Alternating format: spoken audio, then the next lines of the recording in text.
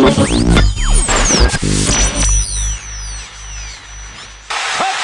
Pittsburgh! Touchdown, Washington!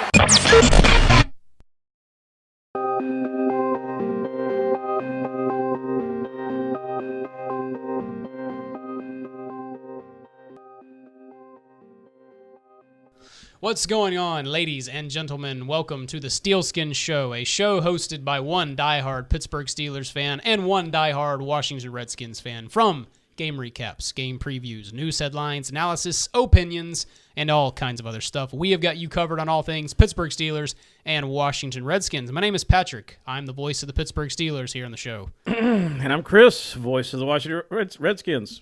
Oh, rough. It's okay. You're just ready for football. You're so psyched for football you can't start. Yeah, I've already been screaming. Did you, I don't know about you, did you have the Mack truck moment today where it was just like, holy cow, like football is here? Yes. Just being on social media today, following the Steelers profile, seeing the players tweeting pictures of rolling up in their cars and whatnot. Oh, yeah. You just, that feeling hit me. It was like, oh my gosh, we are here. Like, we are here. Right. And it's hard to believe that here in a couple of weeks, preseason football will be here. Yes. So what is it, 3 weeks? I think we're like 3 weeks out. Maybe like 3-4 weeks out. No, actually, we're a little less. Dude, no, you're right. Yeah. You're right. Yeah, it's not 3 weeks. Folks, we're back. We are back, baby. Chris, quick question very quickly. Who had the better ride today, Antonio Brown or James Harrison? Antonio Brown rolls up in a chauffeur-driven classic Rolls-Royce. James Harrison rolls up in a fire truck, driving a fire truck with the sirens going off. Chris, who won? I'm always going to be impressed by the Rolls. The Rolls? Oh, yeah. Yeah. But I'll tell you, I was more impressed by. Who's that? Kirk rolled up in the conversion van. The conversion van? It's still going. The conversion van. So he's got everybody beat. Kirk wins. You like that? Yeah, I don't know, man. I'm going to have to go James Harrison. Rolling up in a fire truck with the sirens going off made it. The sirens going off made it. That's what did it for me. Okay, well, since we're talking about entries and sirens, Patrick, there's a couple of things that we need to go ahead and get started with. I'm in a good mood today. Because I'm in a real good mood. Actually, you put me in a bad mood just not a minute and a half ago. Oh, I'm sorry. Because you told me about the Martavis Bryant situation. Yes. That's one thing we got to address. This is totally unacceptable. Yeah. You want to start with that? Yeah. Yeah, so apparently Martavis Bryant shows up to training camp today. Shows up, reports, only to find out that, oh, yeah, you haven't been fully reinstated by the NFL. How? Okay, this is a multi-billion-dollar business. Yes. They're located in New York City. Yes. Supposedly, they have a top-notch crew. I thought you were about to say top-notch commissioner. I was about to. No, I was going to edit that part out. I'm never going to say that. Yeah. But they have a top-notch security outfit. Supposed to be just completely. I mean, these guys are supposed to be completely squared away. Right. How in the world do you not send that letter 2 weeks ago? Pretty much notifying him. I mean, how does this happen? Yeah. Here's my big thing: is what else do you want the man to do? That's really my big question. I mean, you're looking at a guy who got banned from the NFL for a year. Up until this time, has not failed a single drug test. Showed up for every single drug test. That's important because showing up for if you don't show up, they consider that a failed test. Right. Has not failed. Showed up. Has been on the straight and narrow. I'm just looking at the NFL at this point going, okay, so you conditionally reinstate him a couple months ago. What is stopping you at this point from going ahead and doing it? Fully reinstating the guy. And the other part of that is, what we don't know is there something that Martavis Bryant did not do that he was supposed to do? And it looks to me like if he hadn't done that, you would have been in contact with him saying, okay, Martavis, you remember what we talked about? Yes, and that's a good point. This has got to happen for you to be reinstated. Right. So because this broke today. I'm talking saying. like 3 p.m. today, the internet exploded of, oh yeah, Martavis Bryant just notified he was not fully reinstated. And then Kevin Colbert had to come out and address it. Mike Tomlin addressed it today. So I'm with you, man. The league, how do you have a corporation so big that you just don't? I mean, look, we may wake up tomorrow and find out that Martavis knew this was going to happen and he showed up anyway. We may find out that the league isn't at fault. Well, but no, it seems and Kevin like Colbert, and to be fair, Kevin Colbert and Tomlin did say, hey, we did know this was a conditional reinstatement. Right. I mean, they said we knew that he can't, until he is fully a full participant, he cannot participate in practice and actual games. It was just a shock of like, wait, what's taking so long? Right. It just looks to me like you would have said, okay, these are the steps. This is what's got to happen. And it's kind of out of respect for the team. I mean, this really kind of is a backhanded slap to Pittsburgh as an organization too, Absolutely. because they're counting on this guy being available. Yep. And if there's some kind of condition that wasn't met, and it's clearly Martavis's fault, then it looks like that would already be known. That's an excellent point. It's a very good point. So my question is there been a communication breakdown to a point where Martavis thought everything was cool? The Steelers obviously thought everything was going to be cool. Yeah. Or else they would not have had to have a statement come out. I mean, it looks like Pittsburgh, if they knew things weren't squared away here, it looks like Pittsburgh would have said, hey, Martavis, look, don't come. Oh, yeah. We would have known about this 2 days ago. That's what I'm saying. Yeah. I mean, it still looks to me like however you slice this, the NFL, at least on the surface, looks like they dropped the ball. Right. And the NFL did, they themselves came out with a statement today saying that they are still in the process of fully reinstating him. Well, I'm like, okay, what does that mean? Like, what else do you have to do? Well, look, I don't know. I mean, there's a lot we don't know. It just seems like this is a process that ought to have very definite, strict guidelines. Exactly. Yes. To where everybody knows, hey, this has got to happen, and this is the time frame that it's got to happen in. Yeah.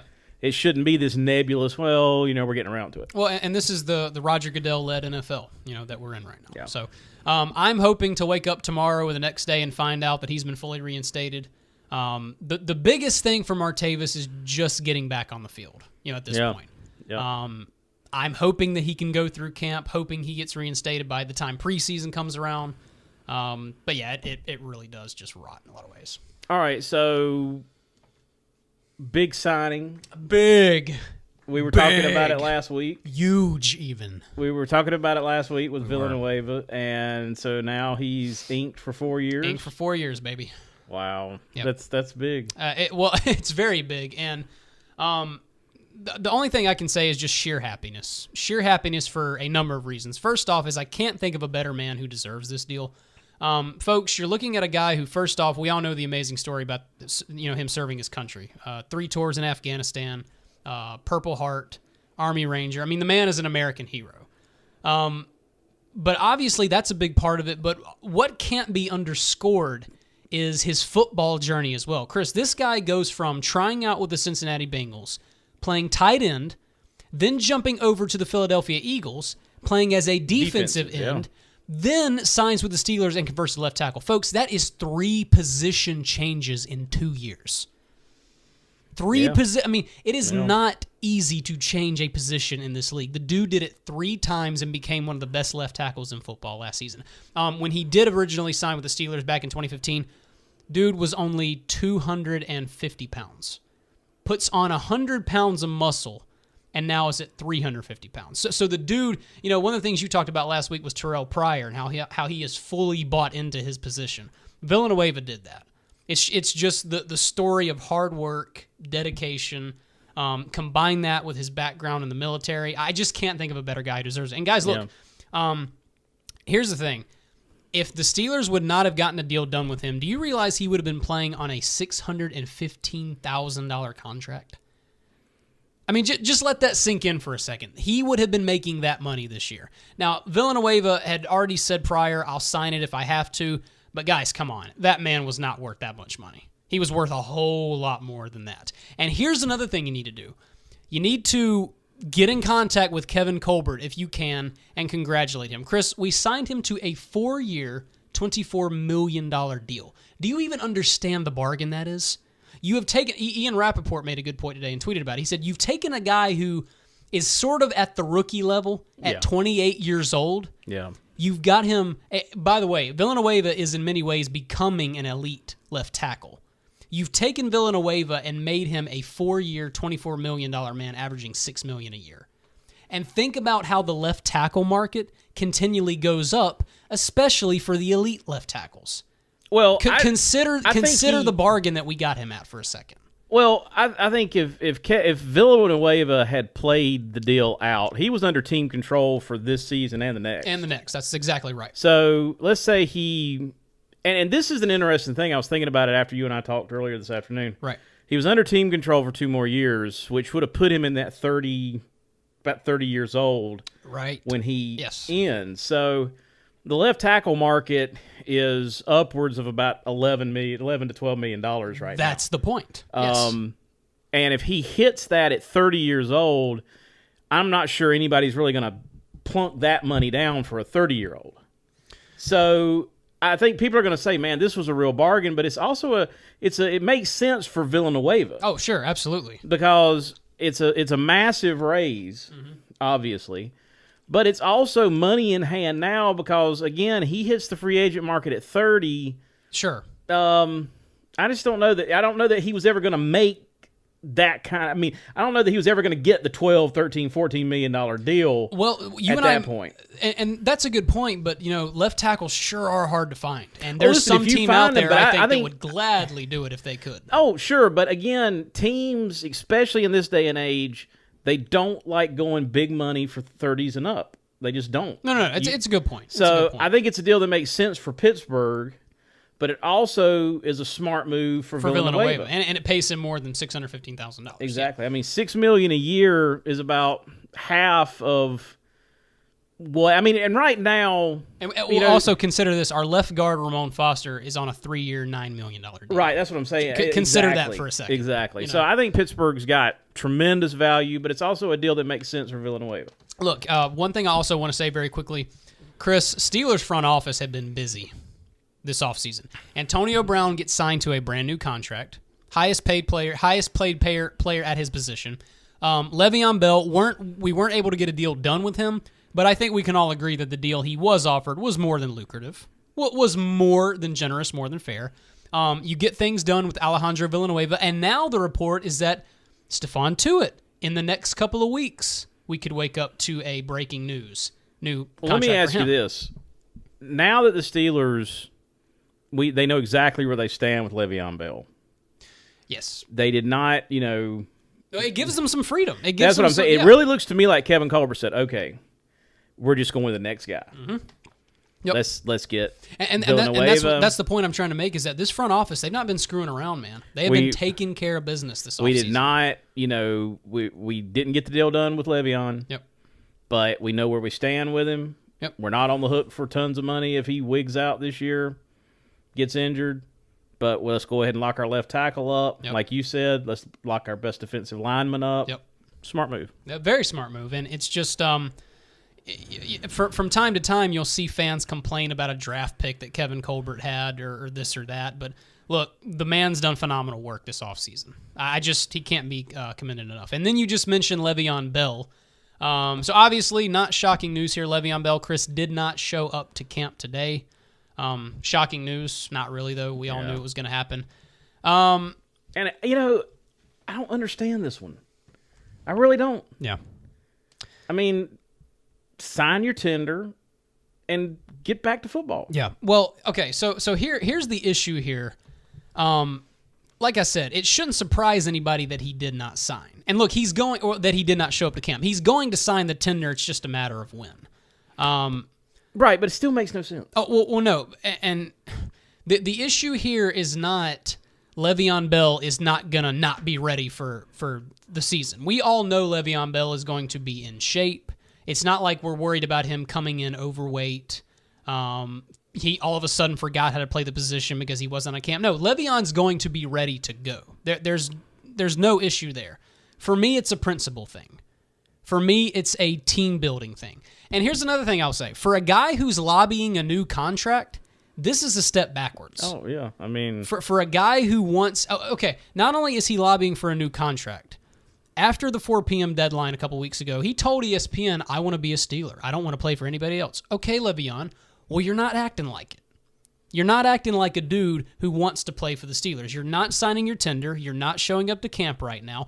Also, after the 4 p.m. deadline, goes on his Snapchat and on his Twitter and says, well, guess I got to get better. Like, dude, come on. Here is the other thing. And I don't have any kind of statistical evidence here. But in my years of watching football, the later guys, like running backs, there are positions that I do think get exposed to injuries quicker by not being with the full startup, conditioning, stretching, showing up and thinking, okay, I got to put the pedal to the metal. You feel like it's good to take those hits. Yes, but again, you're stretching, you're icing, you're getting in shape, rubbed out. And I know players report to camp in so much better shape than guys like, when I was growing up, training camp lasted all through July. Yeah. Training camp started at the end of June. And the first 2 to 3 weeks was getting players back in shape because you didn't have OTAs. Yeah, yeah. You didn't have any of that. Yeah. But I can remember clearly Dorsey Levens, a running back out of Georgia Tech. He played for Green Bay. Yep. He held out, got a big deal, reported just before the season started. First game, torn ACL. Wow.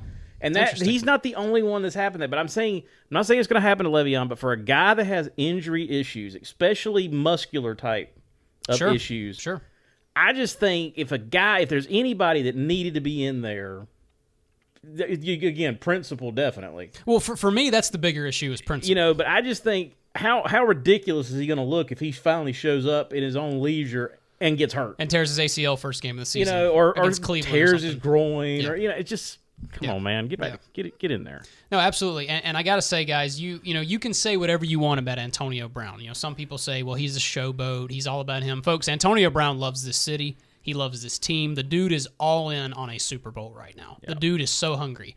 And it was so fun to watch him this week multiple times publicly go after Bill. Yeah. Today he said, and I quote, he was on his Snapchat. He said, to all my followers who follow Le'Veon Bell, he said, tell him to get his you-know-what to camp. Yeah. He said, this isn't some BS. He said, tell him to get his you-know-what to camp. Well, there you go. Earlier in the week, he had said, it's Super Bowl season, bro. Sign up. Had the little emoji with the pencil and the paper. Ramon Foster went after him, at one time basically saying, how he wanted him to show up. So it was just fun to watch guys kind of go after him and say, hey, go to camp. And this is kind of how I look at it, guys. If Antonio Brown, the highest paid receiver in football, can show up to camp, Le'Veon Bell, you can show up to camp. Which, incidentally, he will be the highest paid running back in the NFL once he signs his tender. Exactly. If Ben Roethlisberger, who is a 2-time Super Bowl champion, one of the elite quarterbacks of this league, can show up to camp, you can show up to camp. If James Harrison, who's 39, can show up to camp, you can show up to camp, Le'Veon Bell. So it's just, I don't know, dude. I want to give the guy the benefit of the doubt as much as I possibly can, but I fear we're watching a guy go down that road. Yeah, I think he's. And I hope I'm wrong, but I just feel it. I kind of smell it. All right. So PUPs? Yeah, we did have one guy open up on the PUP list. That was Sammy Coates. The news came out about 2 days ago. He underwent a knee scope. This is the second one he's had this offseason. Apparently, this one was a smaller knee scope. This was just to clean up some debris in his knee. But he is going to miss the start of training camp, Chris, probably the first 2 weeks. How big is that? Bigger than big. In fact, he was a guy who already was not a lock to make this team. His chances now with missing the first 2 weeks have gone from to well below 50%. Guys like DeMarcus Ayers, guys like Justin Hunter, the opportunity these people have now because Coates is out is massive. Yep. So we may have very well seen the last of Sammy Coates in a Steelers uniform. I thoroughly believe that. Now, he'll be back in probably 2 weeks. He'll have a chance to get on the field, take some reps, get in preseason, but I really think with him missing the first 2 weeks, that's very, very big. Okay, so that's pretty much a little news recap for us. Chris, we'll kick it over to you now. Any guys opening up on the PUP list? I guess the big name is Jordan Reed. I wanted to talk about that a little bit.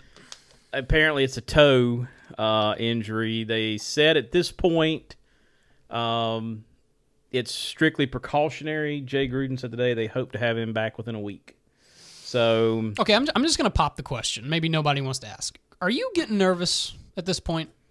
This guy's hurt a lot. Yeah, It's been his thing. Yeah. It really has, and I don't know when the injury occurred. I don't know if it was, he missed he was one of the 2 players that missed OTAs. Yeah. He chose to work out with Chad Johnson and some other receivers to improve his footwork, which is admirable. But I don't know if the injury occurred there. I don't know if it occurred, in a workout or whatever. But Jordan's one of these guys, man, that he makes so many big plays for you, but you cringe every time he gets stacked. You're just waiting for the injury. Yeah. But we'll see. I'll say this: you don't know how big your big toe is until you don't have it. Oh yeah. And it's an injury that if you don't rest it and get it 100%, it can turn into a very, very look, serious that's almost issue. your whole foot right there. Exactly. I mean, in terms of balance, stability. Your takeoff speed's affected. Your planning. I mean, everything's affected by that. So, and so much of Jordan Reed's game is footwork. Absolutely. How he runs his routes. Yes. How he sells them. How he comes out of his breaks. So it's a big deal. Yeah. It's a big deal. Yeah. Let's see. D'Angelo Hall's on the PUP. Right. That's to be expected. Fabian Moreau. No. Fabian Moreau and Monte Nicholson both opened not on the PUP. Okay, that's interesting. Now they are going to be limited in the workout, so it'll be very interesting to see how that progresses. But a little bit surprised by that. Wow. Definitely. Okay.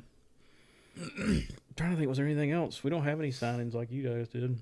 No, the big news. And no. Tell you what, it was a big day in Camp Pittsburgh, man. Well, it was big. Junior Gillette actually made it to camp for the first time in 2 years with us. So we've gotten him to camp, and everybody says he looks beastly. Okay. So I be hear very ya. interested. I Very hear ya, interested to Twitter. watch him. Yeah. All right, so guys, we are continuing with our roster evaluations today. And now, did you guys actually start camp today, or was it just report day? No, you guys started today. The report day was yesterday. Okay, so today was report day for us. We'll actually start tomorrow. We actually started today. Okay. So we really are just in time to finish our roster evaluations. Yeah, literally. I mean, we are just in time. Today we are finishing up with tight ends and O-line, and then we'll go over our specialist. That's pretty much what we're gonna do today. Righto. Well, Patrick. Yeah.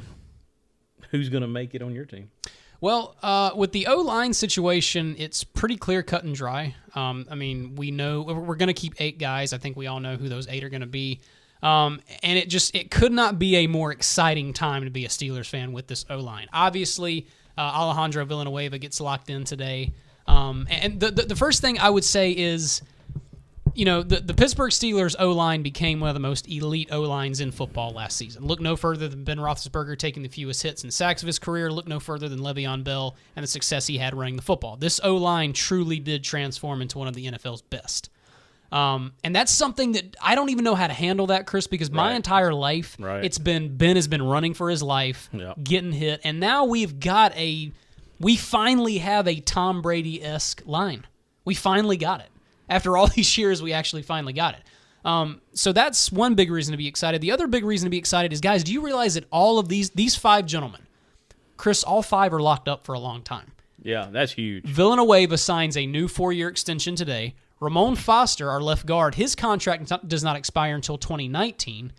Marquise Pouncey is under contract until 2020. David DeCastro, 2022, and Marcus Gilbert, 2020. Well, there you go. All 5 of those guys are locked up and fine. So that is just I'm just so glad that Villanueva got signed, because we don't have to go into training camp in the preseason of, okay, what's going to happen? Is this Gerald Hawkins rookie guy going to what's going to happen? Right. No, it's we know that these 5 guys are all locked up. So that's exciting. And I just kind of all went over those guys. Alejandro Villanueva, your left tackle. Ramon Foster, your left guard. Marquise Pouncey, your center. David DeCastro, your right guard. And Marcus Gilbert, your right tackle. Depth guys, I think we all know who's going to make it here. B.J. Finney, who's, I guess, going to be your backup guard / center. And, dude, talking about B.J. Finney, it's a lot like talking about Vince Williams and Lawrence Timmons last season. Obviously, you didn't want anything to happen to Lawrence Timmons under any circumstance ever. But you knew that if he did go down, you had Vince Williams. B.J. Finney's the same way. If Ramon Foster or David DeCastro go down, you got a stud in B.J. Finney who's right there. This guy got an opportunity to get on the field last season in the Buffalo Bills game and the Week 4 game against the Kansas City Chiefs. Guys, he played like an all-pro guard. He did not play like solid, okay. He played all-pro. Pass protection, run blocking, the speed with which he ran up the field and followed Bell some of those times. B.J. Finney's a stud. So it's so nice to know you've got a guy like him on your team. Next guy up is Gerald Hawkins. If you remember correctly, Gerald Hawkins was our 4th-round draft pick last year out of LSU. Was on the injured reserve all season with a shoulder injury last year, but now he's going to get a chance to actually get in training camp, get some reps. I think the starting place for a guy like Gerald Hawkins, I think the Steelers would probably like to make him our swing tackle if they possibly could. Now, some of you might say, what about Chris Hubbard? I think the Steelers, and Chris Hubbard's the next lineman up, I think the Steelers are probably going to use Chris Hubbard the exact same way they used him last season. And I, Chris, you know me and my thoughts on Chris Hubbard. I've had some mean words to say about him, but a guy that I totally had to put my foot in my mouth over. Right. What this guy did for us last season was amazing. And I think in a lot of ways it was just the Steelers finding what worked for him best.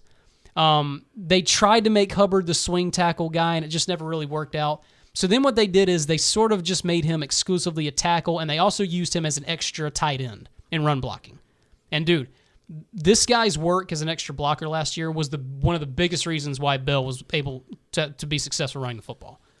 Just having him at that extra tight end position was huge for us. So I don't think you're going to see Chris Hubbard being used as a swing tackle guy. I think Hawkins is the guy who's probably going to be worked on with that. And dude, I'll tell you what, having Mike Munchak as our offensive line coach, can't ask for a better offensive line coach. Bill Callahan. I disagree, man. Callahan's good, but Munchak. Callahan's top shelf, dude. Munchak's Hall of Famer, bro. Oh, man. Hall of Fame. Dude. H-O-F. Dude. He's got the jacket. Bill Callahan. Yeah. There's not another Bill Callahan in the league. Mike Munchak. There's Munchak. Munchak's the man. I'm just saying, like, if you are a guy. It matters. Oh, when you are a rookie, you can tell yes, good offensive line coaches and bad offensive. Look at line Villanueva. coaches. Look at the transition. I mean, exactly. I credit so much of Villanueva's transition to Mike Munchak being that guy. Yeah, it matters. I mean, it was well. I'll talk about it when I start talking about our O line, but it was a stark difference between what we had with Chris Forrester before and then what we have now with Bill Callahan. Yeah. So. He's just the type of guy who could probably take a pencil and make an offensive lineman out of it. So Hawkins has got a good guy to learn under there. Like I said, I think the Steelers probably would most likely try to make him the swing tackle guy. Chris Hubbard, I think the Steelers are going to use him, like I said, exactly the same way they did last season, extra tight end. I mean, if something happened to Marcus Gilbert, probably stick him in at right tackle, but we're hoping something like that would never happen. But those are your 8 guys. Moving on to the tight end position now. Obviously, the tight end position is a little didn't really go how we expected in a lot of ways, Chris. Obviously, Ladarius Green, our 4-year, $20 million investment, we thought he was going to be all ready to go. And clearly he was not because he was released back in April. But one thing I want to say is everybody freaked out because, we lost him and we didn't draft any tight ends. I'm not really worried about it. When it comes to the passing attack, I think you supplemented the loss of Ladarius Green with Martavis Bryant. You then went out and got Juju Smith-Schuster. So I don't think there's any overwhelming need to panic because we don't have Ladarius Green. And folks, you have to remember, we did get to the AFC Championship game without Ladarius Green. Yeah, and everybody panicked, and I was like, come on. And y'all's passing game doesn't go through the tight ends. Yeah, that's a good point you brought up. You're a wide receiver-based offense. Absolutely. So anything you get, I mean, if you can get big plays from the tight end position, but I thought Jesse James played solid football last year. I'm very, very excited about Jesse James, and it's just been fun to watch this guy develop over the last couple of years. We've seen him go from just a very basic, generic tight end to just a big leader on this football team. In the passing game, he's becoming Heath Miller. He's becoming that ultimate security blanket for Ben in tight situations. I also think he can be a little more than Heath Miller because he's a little more athletic, a little faster. He's also 6'7". So he's a guy that you can really utilize down there in the red zone. I'm fully comfortable with a guy like Jesse James taking the reins of this tight end core. Next, I think also should have said at the beginning, I think we're keeping 3 tight ends. Next guy up is Xavier Grimble. A dude who was a giant letdown last season after being really a surprise in camp 2 years ago. We expect him to flash, and he just didn't. But, man, he's got a wonderful opportunity with Ladarius Green and a non-draft pick. Right. So I think he's going to be your number 2 tight end. And then number 3, we re-signed veteran David Johnson to a 2-year deal, which I thought was a smart move in a lot of ways. Veteran guy, good special teams player, great blocker. It's just good to have those guys on your team. And look, how many times last year did Todd Haley find sneaky ways to implement Johnson into the passing game? I mean, he was the guy who you thought would never get snaps in the passing game. But Haley found little ways to get him involved, and that was always kind of fun. So I'm comfortable with the tight end core. The loss of Green, to me personally, wasn't an overly big deal. I think we're going to be okay. Then to move on to our specialist, Kevin Colbert, winner of the 2017 NFL Draft. Colin Holba at long snapper. Greg Warren's no longer with us, so Holba's the guy. Chris Boswell at kicker, and Jordan Berry, the Australian, at punter. And that's it for your specialist. Chris, wraps it up for me, man. There are your Pittsburgh Steelers pre-training camp 2017 roster evaluations. Hope you enjoyed it, guys. All right, Chris, let's move on to you, sir. Offensive line. I've gone back and forth whether they would keep 8 or 9 linemen. I think ultimately they probably keep 8. Okay. I'm still trying to figure out that I'm gonna put 9 on though. I think they may keep 8, but I'm gonna go ahead and put 9 out there. Because they're gonna have to make a move when Trent Murphy comes off the suspended list, and that could be one of the areas that they can drop one of the O linemen. But anyway, obviously the starters: Trent Williams, all world. I think personally he is the best left tackle in the game. Bar none. I don't disagree with that at all. Bar none. The weak link in our offensive line is Sean Laval. They didn't really address any of that during free agency, which that's probably smart. And they certainly didn't do it in the draft. I don't know. Laval just is underwhelming, but I guess he's still okay. Yeah. I would love to see Eric Kwanjo push him. I really would. I'd love to see Kwanjo have the kind of camp and try to make that decision a hard one. Yeah. Kwanjo hasn't really showed that yet, so I'm not sure that he will, but I would love to see it. Yeah. Spencer Long will start this preseason. I mean, this training camp and preseason. He's our starting center. Made big strides last year. Looking for him to really kind of take it to the next level now that he's firmly entrenched. Our right guard is Pro Bowler Brandon Sheriff. Stud. The dude is just a beast. Fun to watch. Yeah. He is fun to watch, He's a scary man. I mean, he loves putting guys on their back. Yeah.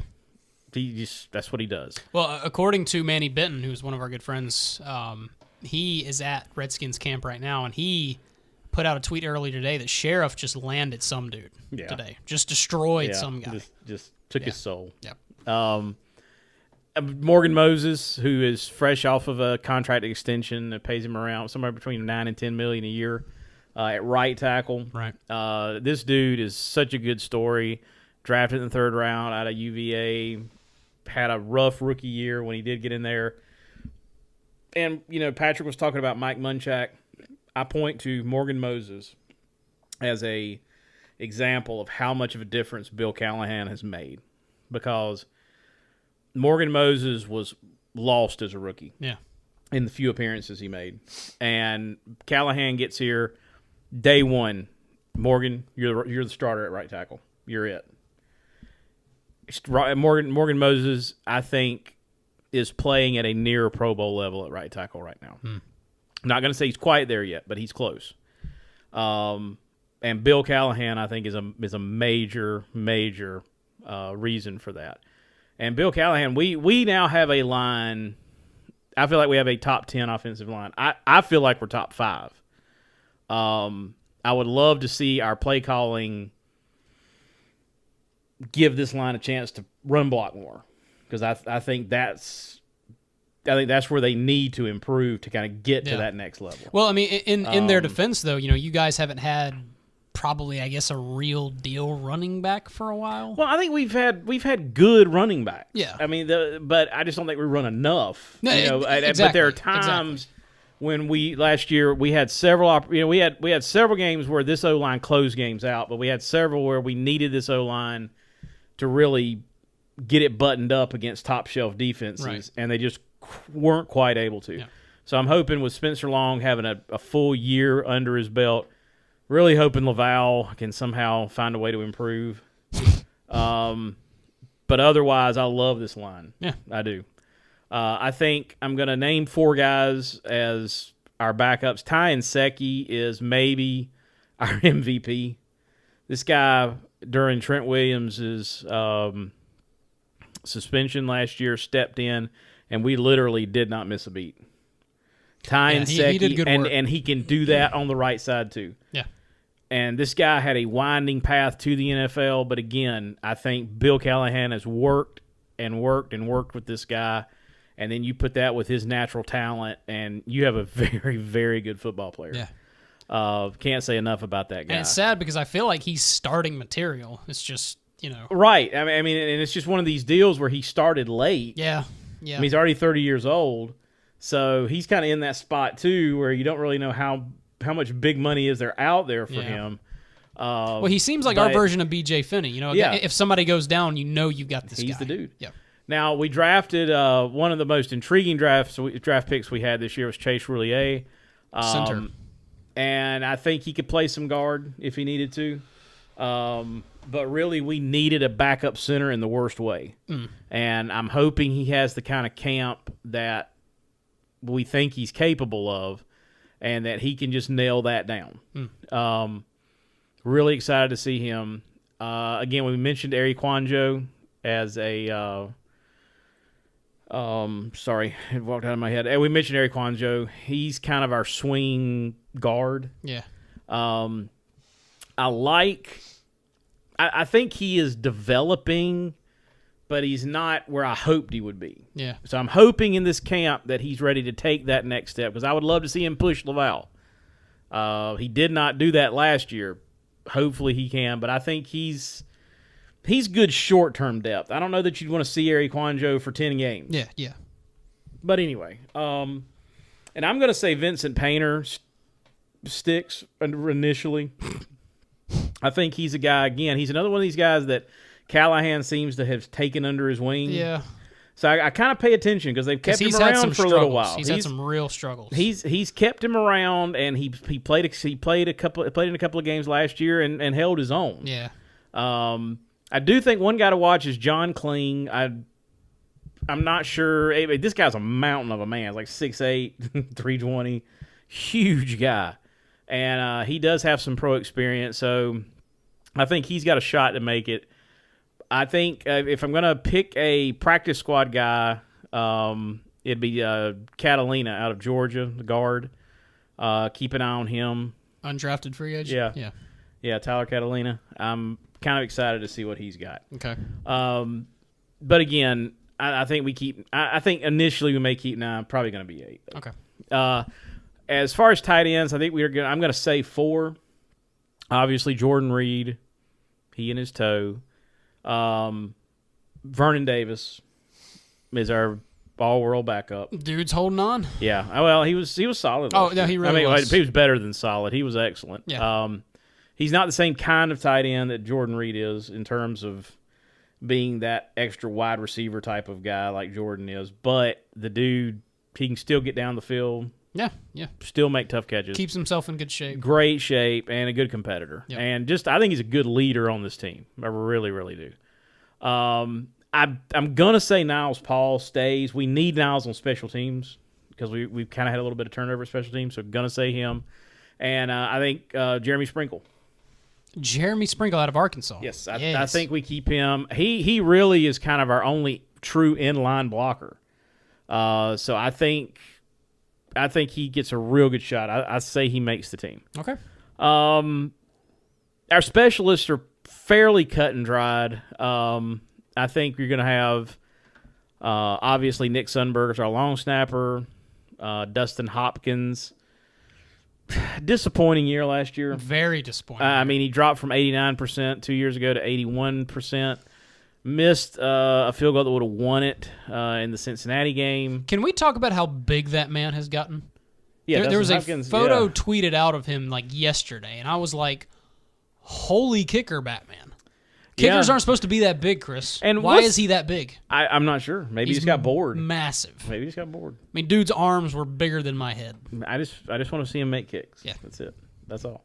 On kickoffs, he's money. Maybe we could punch them. But we really need him to be better. Now, as I say that, I never felt like the Redskins needed to let go of Dustin Hopkins. We tend to let go of quickers too quick. So I'm glad they've given him some time to develop at this stage. So I'm excited to see what he could do this year. But I think he knows. He probably knows more than anybody that he's got to be better than he was last year. On the hook a little bit, yeah. And our punter is Tress Way. I mean, just a rocket for a leg. Tress Way. So excited to have him there.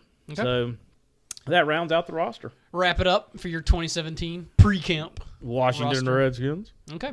Guys, we had a lot of fun doing these. Chris, I don't know about you. I had a blast doing them. These were fun shows to do because they really caused us to look deep into our rosters, look at contracts, watch tape, look at some of these undrafted free agents who we got as well. So it was just really, really fun to do. Hope you guys enjoyed them. We certainly did. Okay, so I guess to give you guys, kind of tell you guys about our coverage for training camp, it's obviously going to be difficult for Chris and I to analyze them a lot because we're not actually there. Now, you and I have talked about before wanting to go to training camp very badly. Before I die, I would love to go to Latrobe. Yeah. There in St. Vincent College and watch some Steelers training camp. Maybe go up to D.C. one year. That'd be fun too. But we are obviously not going to be at training camp, so it is going to be hard for us to monitor and give you guys an update all the time. I think the format we'll probably go with is just go off of reports as best we can. We'll probably let a week or two go by, let some things build up. Obviously, if there are major injuries or something big happens, we'll get on here right away and address it, of course. Yep. But for the most part, assuming everything goes according to plan, we'll just sort of go off of scouting reports. Chris and I do have a couple of people we know who are at Redskin camps. I've got some guys who I follow that are at Steelers camps. We'll just kind of follow it, monitor it a little bit. Yep. And we'll update you as it proceeds. Guys, this has been the Steelskin Show, episode 55. Thank you for watching our 2017 pre-camp roster evaluations. We enjoyed it. Remember, you can follow us on Twitter. We are at Steelskin Show. You can follow me individually. I'm at P_Garrison. He is at CGLSKSC. Like the show on Facebook, facebook.com/Steelskin Show. YouTube, the show's on YouTube. You know what to do. I'm not going to go over the drill. iTunes, if you're listening on iTunes, listen up. Please rate the show. Please subscribe, and please write a review. That's really, really going to help us out. It's a labor of love here on the Steelskin Show. We do it for fun. But we also would like the support if you guys want to give it to us. We're totally not going to fight you if you show us a little bit of love. Okay, Chris, that's all I got. I don't want to talk anymore. Me either. All right, guys, we will see you next time on the Steelskin Show.